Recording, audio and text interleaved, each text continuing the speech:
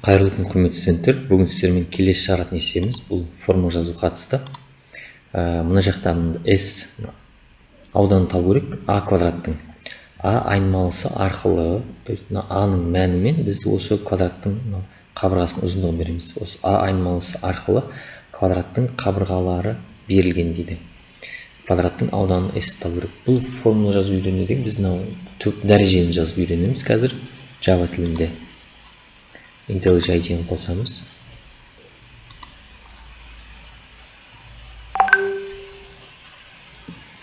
Мына бізде алдыңғы жазған программаның несі, бұны өшіру үшін файл, мына close project, мына қайтадан project, new project, квадрат, енді біз атын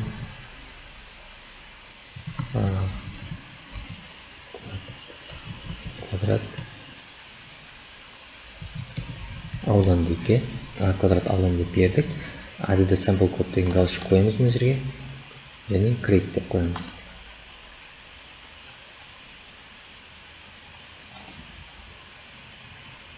Мына жерде main дегенді ашамыз. Mainді ашып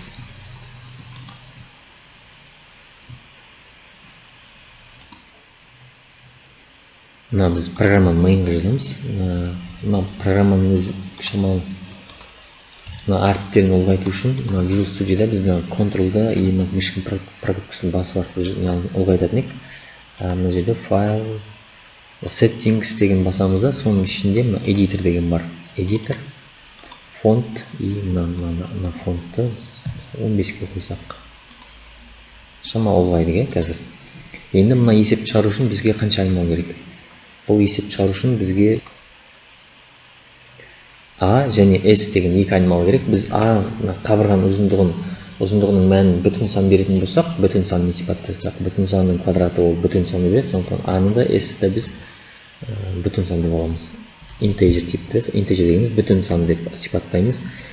А және S. Енді осы жерде біз А-ның мәнін консольдан оқып алуымыз үшін біз import Java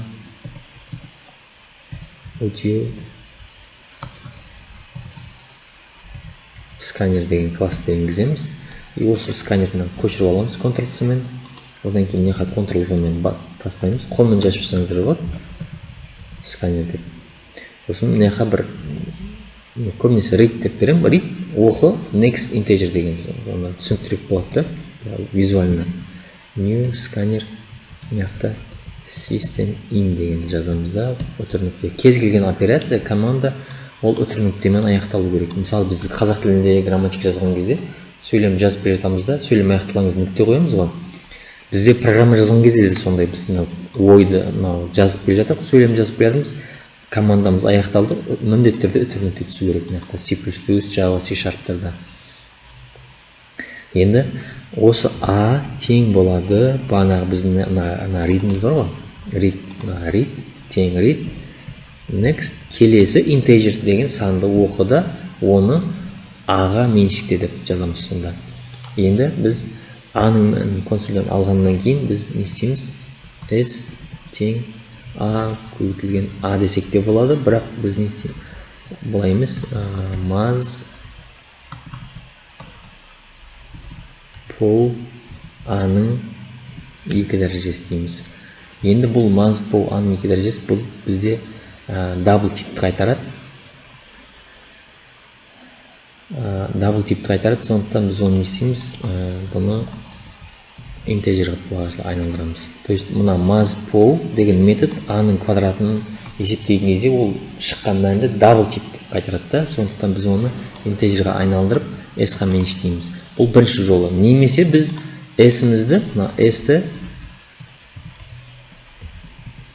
double типті қылып аламыз да, сонда бізге қажет болмайды. S-ті double типті деп алдық. Және нәтижені шығару үшін S тең. Қосамыз осы шыққан S-тің мәнін не аламыз? Кіші әріп болып қалмау керек, бәрі үлкен әріп болу керек. Үлкен әріп. Енді А-ны оқып атқан кезде соның А-ның алдына бір А тең деп А-ны енгіз деген сияқты бір нені шығару үшін system out print a тең деп жазып қоямыз. Мысалы сонда былай қойсақ, мысалы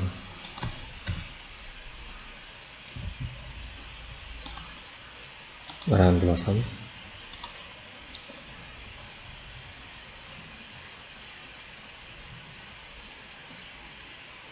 А тең деп шықты қазір. А тең мысалға 8 десек 64 болады. 64,0. 10-нан 0. Так, есеп шықты. Әзірге жақсы. Сау болыңыздар.